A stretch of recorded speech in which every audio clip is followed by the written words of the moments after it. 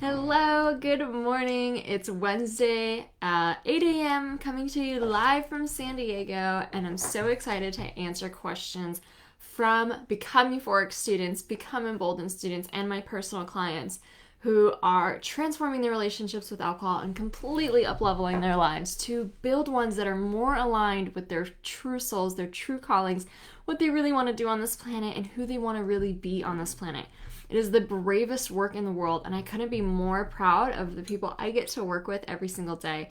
And this is where I answer questions so that, no matter what challenges are coming up, no matter what's coming to you on your alcohol-free journey, you can get some answers, especially when you're in Become Euphoric or Become Emboldened. So I have really amazing questions today. I have two questions, and they're actually pretty similar. So I'm going to read them out loud because I want to show how normal it is to reach this point and how I was there too, and we're going to give you next steps of where to go. So, I'm nearing the end of Become Euphoric, the 60-day program to take a break from alcohol. What are some ways to stay focused, stay alcohol-free, and check in with myself and my personal progress after the program ends? And now I'm going to read you the second question that is super, super similar, and I just want to read them together because I want to show you how common it is to reach a certain point in your alcohol-free journey and then really have some kind of questions or some blank space in front of you of where you move next. I love the clarity I've gained from being alcohol-free, but the happiness high wore off a bit. What are some tools I can use to keep moving forward to stay aligned with the true me I have uncovered and avoid falling back into a rut or old routine? So, wonderful, wonderful questions, and this is so, so key. We reach a point where I think most of us decide to take a break from alcohol, and hopefully, if you're smart, you don't just say, I'm going to take a break from alcohol forever, because when are you successful if you say that? When you die, right? If you're smart, you decide to commit to a certain number of days. You decide to commit to 30 days, 60 days. When I work with students, it's always in a 60-day container of taking a break from alcohol because it's that's enough time to really make some solid changes in your life and really disrupt a lot of the programming and the habits.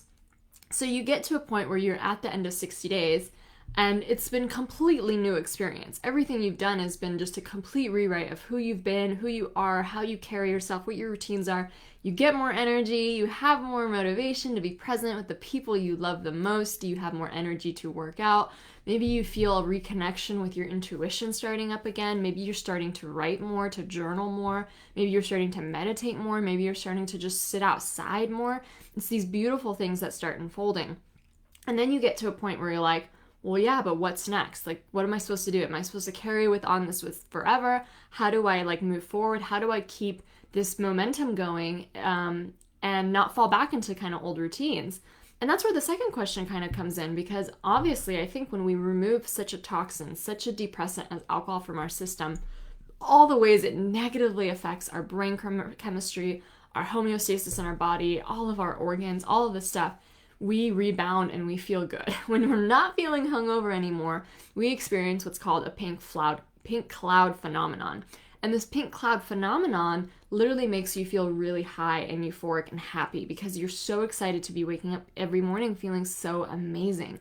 And it really starts to become this oh my gosh, I could wake up after a Saturday night and feel good. You start to really rewrite the story of what it means to wake up in your skin. And it starts to feel really, really good. And you start to feel really happy. Your neurotransmitters also rebalance. So alcohol pumps out stress hormones into your body, cortisol, adrenaline, and endorphin, and at the same time, it's lowering your receptivity to dopamine, serotonin, and GABA. So it's pumping out more stress hormones and lowering all the neurotransmitters that are supposed to make you feel happy, right? This is what regular drinking does. This is not severe alcohol use that does this. This is any regular drinking will do this, the studies show. That's even regular, a few glasses of wine. You know what I mean? This is the thing that I wish more of us knew in society. This is what I wish I knew a few years ago. I can't believe this isn't common knowledge about how horrible alcohol is for your mental health. And, we have this kind of idea that it's bad for mental health if you're really over drinking. If you're drinking every day, what's his name? Nicolas Cage from that movie, Leaving Las Vegas. Okay, of course, then it's gonna affect your mental health. But no, just normal social routine drinking also does this. And then you're made to feel alone when you're going through it, and you don't understand why you're not happy and why life doesn't feel so good. So you remove the alcohol, you take a break, the brain rebalances, the body rebalances, and you start to enter in what's called this pink cloud phase where you're literally just beaming because you feel so much better. And then, that kind of intensity, that kind of very intense state, and really noticing and really having the gratitude every day of feeling that way, it's eventually going to wane a little bit, because we can't just as humans wake up to all this intensity and just be always so surprised that we're waking up feeling well. That starts to become the new normal, right? And so it's normal to have a phase where you also get used to waking up feeling well, you get used to waking up feeling amazing, and that becomes your new normal. And so some of the surprise is gone, some of the intensity of that differentness is gone. And so when you are either, going on said you take a break from alcohol and you're reaching the end of the allotted time that you said, or you're kind of looking now that intensity of the difference of the pink cloud isn't so evident anymore, the same answer is true for both scenarios. Is the next phase of your life starts with G, and I think it's 5 letters long, and it's called growth. It's called growth. And you have now entered, as you've taken a break from alcohol, the next phase of your life that is going to last literally until the rest of your life. And it's called growth, personal growth. You've already done it because you're changing your relationship with alcohol. You're rediscovering who you are. You're rediscovering what's next for you. But now we're going to really jump into it, and we're going to commit ourselves, not like the type of person who thinks that they don't believe in themselves, or that they can't get things done, or that, I'm just different and incapable from anyone else. We commit to personal growth with this understanding that literally anything is possible for our lives. So, for example, at the end of 60 days of Become Euphoric, I naturally invite all students to join Become Emboldened. Become Emboldened is a 14-week course that helps walk someone through their new alcohol-free identity, how to navigate it, not awkwardly, but confidently and boldly and expressively, and also really, really hone in on what they want to do with their life next. This is literally my favorite part of the journey, because I took a break from alcohol. I was around 60 days, 70 days, 80 days, and that was really great. That was mind-blowing. That gave me so many epiphanies about, oh my gosh, if I could, work on my Achilles heel, what else could I do? But the really fun stuff started to happen the next few months, because the next few months I started to push the boundaries of what else could I do. Right? Because we have these limits in our brain about what's possible for us. We have these limits in our brain that we self-impose or are put on us from conditioning, where we just believe that we're not good enough, we're not smart enough, we're somehow just there's tech CEOs running companies, but we are, there's no way I could do something like that, right? We make these rules and these stories that we buy into of what's possible and what's not possible for us. So let me tell you some of the stories I bought into that I have now overturned, and I want to overturn for you. I believed I could never be an entrepreneur. Ever, ever, ever. One, I never had good ideas. I never thought I was smart enough to do it. I thought you had to literally be born in the Silicon Valley, and that you literally had to be friends with tech startup guys. I just couldn't fathom selling anything. I literally thought entrepreneurs were show-offs. And I used to think that entrepreneurs were show-off because I was secretly jealous of them, and I had to judge them to make myself feel secure in the fact that I wasn't going after that dream. I knew I always wanted freedom. I knew I always wanted to not have a boss. I knew I always wanted to make an impact and live abundantly and really have the kind of life I've always desired, where I'm not held in some kind of corporate role or, strict kind of position. And so for me, I always knew that, but I didn't believe that was remotely possible for me. Not even remotely possible for me. And I remember, I don't know where it was, maybe 3 months alcohol-free, 4 months alcohol-free, I met a friend that had a website, just a blog where she just shared, a few stories, not even a month, just maybe one story a month about her life. And I was like, oh my gosh, normal people can do this. Normal people can start websites and have blogs. And she wasn't even trying to be famous or anything. She just wanted to share a little bit about her experience and her journey. And that gave me so much motivation and so much inspiration to just be well, why not me? Why not me? Why can't I go on Google and buy a domain? Why can't I go on Google and start building a website that will express this vision that I'm starting to have, these epiphanies I'm starting to have? I started reading books that really started challenging me and actually asking me what is possible for you and really visualize it. And I remember I was, again, 4 months alcohol free maybe. I was sitting in a park. I was reading a book. This book was asking me to visualize this insane future of me achieving my biggest dreams. And I saw myself just 1 year later, which was really early. That was probably, I did this in 2018, so I saw myself in 2019 on a book tour across the nation. So I visualized myself having this crazy, crazy big dream, of actually being on a book tour with my book published, going around the nation, book signing, all this fun stuff.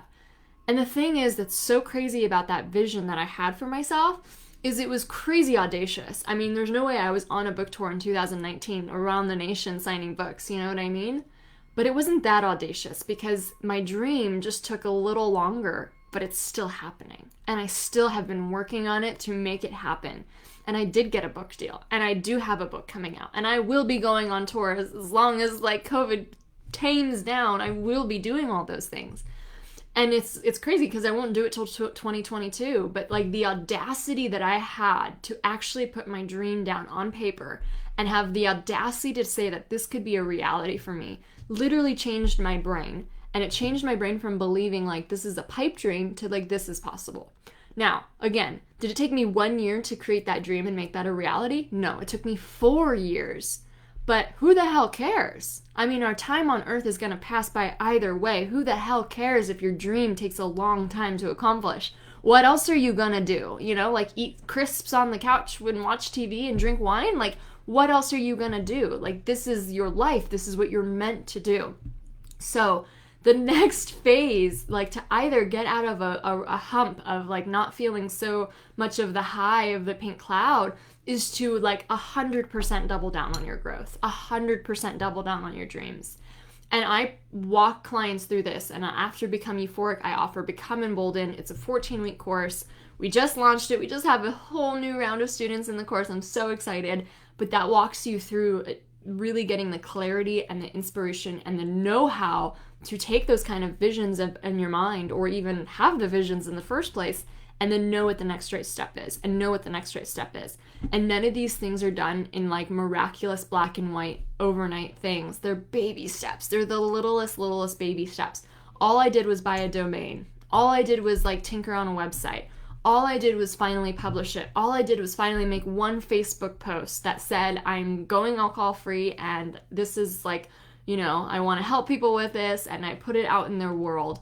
I mean, that was a huge, huge step for mine. But now looking back, I do Facebook posts all the time. I do posts all the time. I share about this all the time. So the importance of that first step was really, really, really, really huge for me. And it meant a lot to me. But it's it's really not these huge gargantuan steps. The next step isn't you have to go secure $100,000 from VC capital. The next step is just a little baby step, just a little baby step. And they only start to unfold for you when you take one little step, and then the next little step unfolds, and then the next little step unfolds. And so when you're in either you're taking a break from alcohol and you're wondering what's next for you is committing yourself 100% to growth. And this can happen, like I said, Become Emboldened is there for you. Become Emboldened is one of my favorite programs we have because it literally has walked people through achieving some of their biggest goals and dreams, literally all the framework that they need. But what's next could also look like coaching.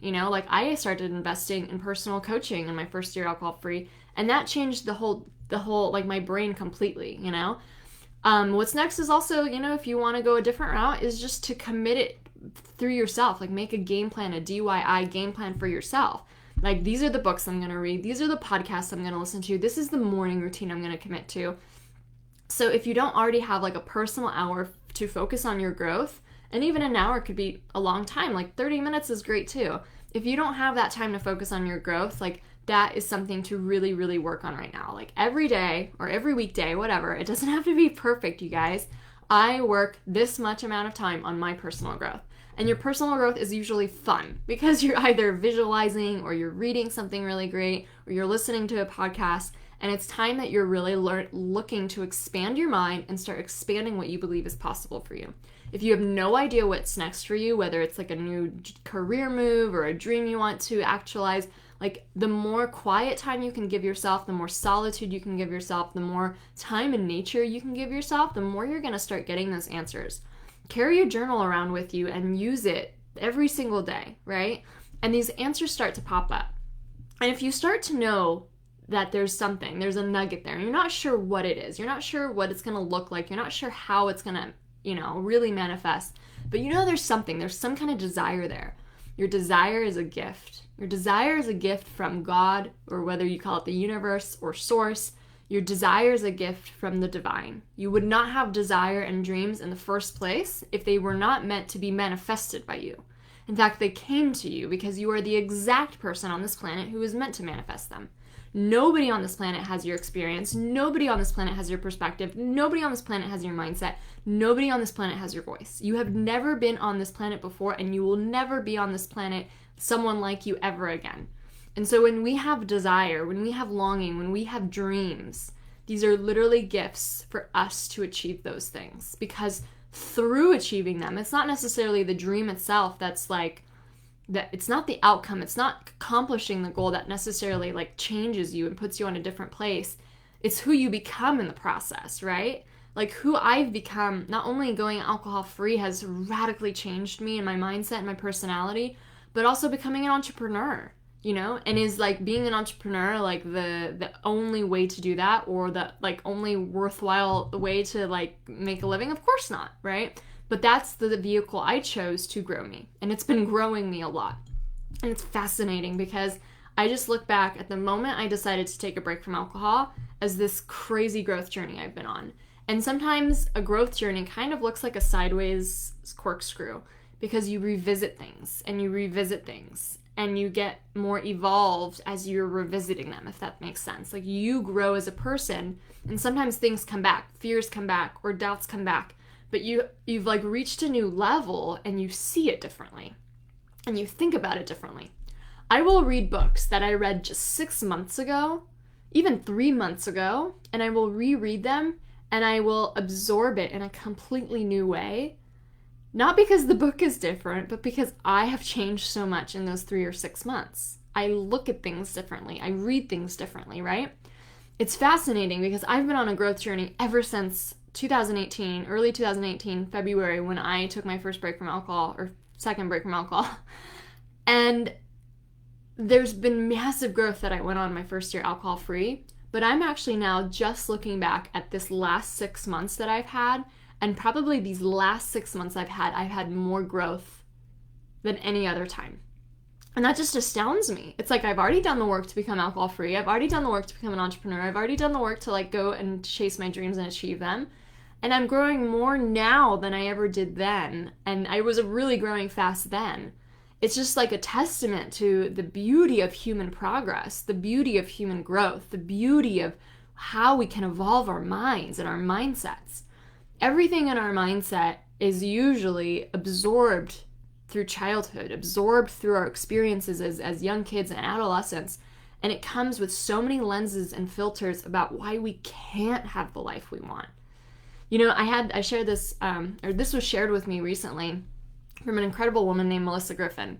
And she explains it really well. She says that every single moment in time, there's about 11 million stimulus around us.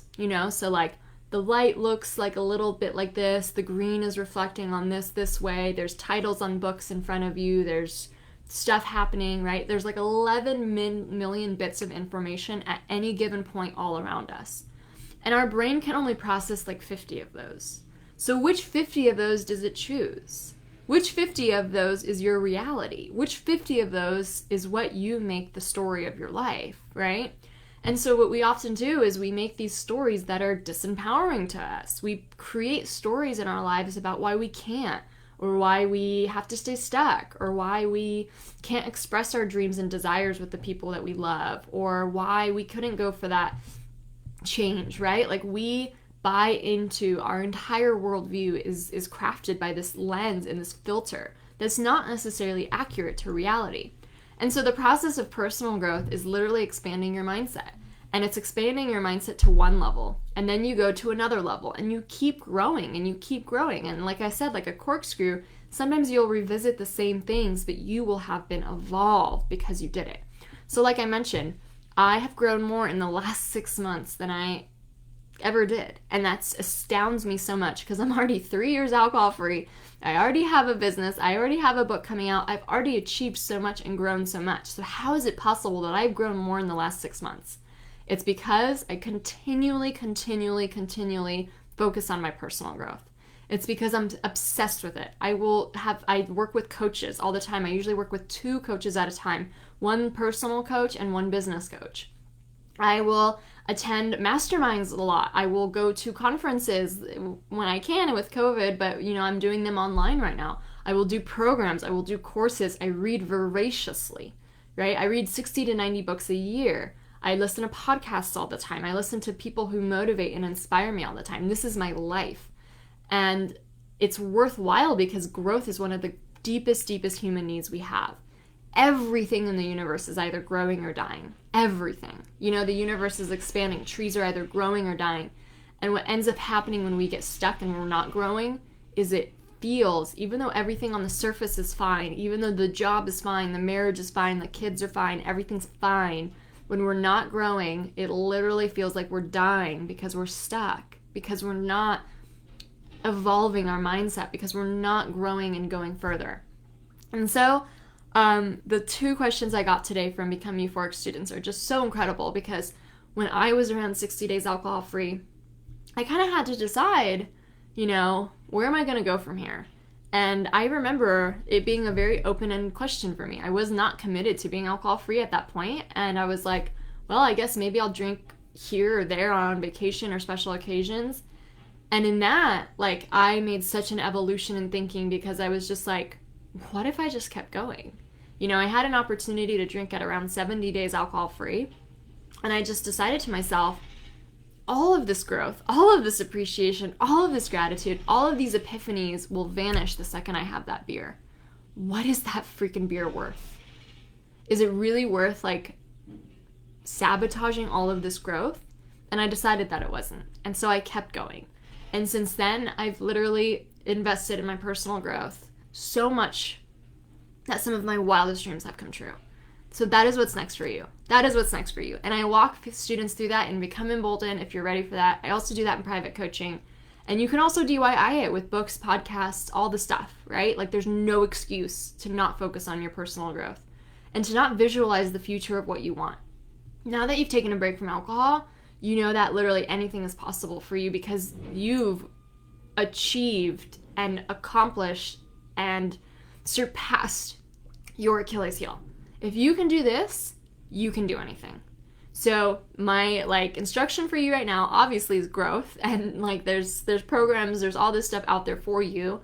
But I would right now, today, if you're at this stage, if this video is resonating with you, do a visualization exercise. Do a visualization exercise where you see yourself 5 or 10 years into the future. And I want you to picture the happiest, the most joyful, the most successful, the most abundant, the most rich, the most traveled, the most amazing version of yourself, the most giving, the most loving, the person who donates to causes that you care about, the most present, the most amazing reality you can possibly think of. And I want you to see yourself in it. I want you to see yourself. I want you to feel it. I want you to picture that reality. Where do you live? On a mansion on the beach? What do you do for a living? What do you do in the morning? Do you get green smoothies delivered to your door? Picture the most beautiful big life you possibly can and really feel the feelings of that visualization. Let the gratitude overwhelm you. Let the sense of wonder overwhelm you. Let the sense of anything is possible overwhelm you. And these visualizations where you really see your future self 5 years or 10 years down the line, they will be guideposts for you. Because trust me, you're not having these visualizations just because you're good at imagining things. These are signs from the future you of what's lying ahead for you. This is future you giving you a message from the future to the present day, telling you it's all going to happen. It's all possible for you. And let me show you the path towards that.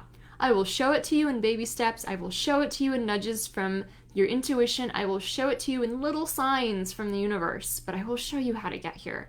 And you just have to trust, and you have to have faith, and you have to know that you are guided by something so much bigger than you. And that makes you feel protected and loved. and you are here for a wild, wild journey. And I cannot wait to support you through it. If you want to continue up leveling, like I said, there are programs available to you, there's coaching available to you. But like, this is the most beautiful phase of your life, you know? Like, you've reached a point where mediocrity is not going to cut it anymore, and now anything is possible. Anything is possible for you. And you're going to look back at this time in years from now, and you're going to see like yourself like a butterfly. You're going to see the caterpillar that you once were, and you're going to be like, oh my gosh, that time in the cocoon, I cannot believe it. You're going to have so much tenderness, so much fondness for the person that you are today because you decided to grow, because you decided to invest in yourself, your growth, your dreams, your goals. So I hope that answer was helpful. Like I said, we had 2 amazing questions today from Become Euphoric students, which is basically, both of them came across as, you know, what's next for me? Once I've taken my initial break from alcohol, what's next for me? How do I continue my motivation, my momentum, my inspiration? I hope this answer was helpful to help you achieve that, because this is the life you deserve.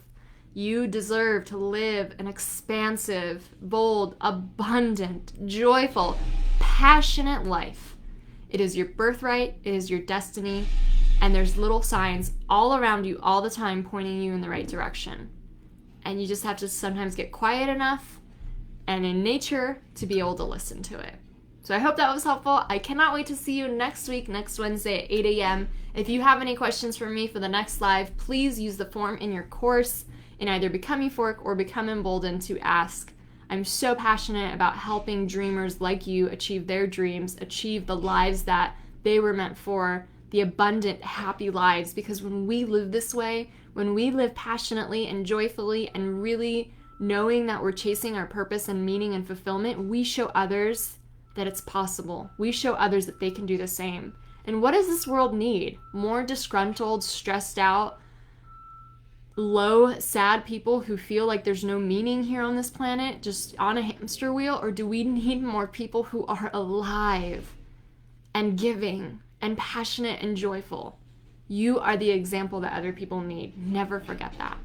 I'll see you next week.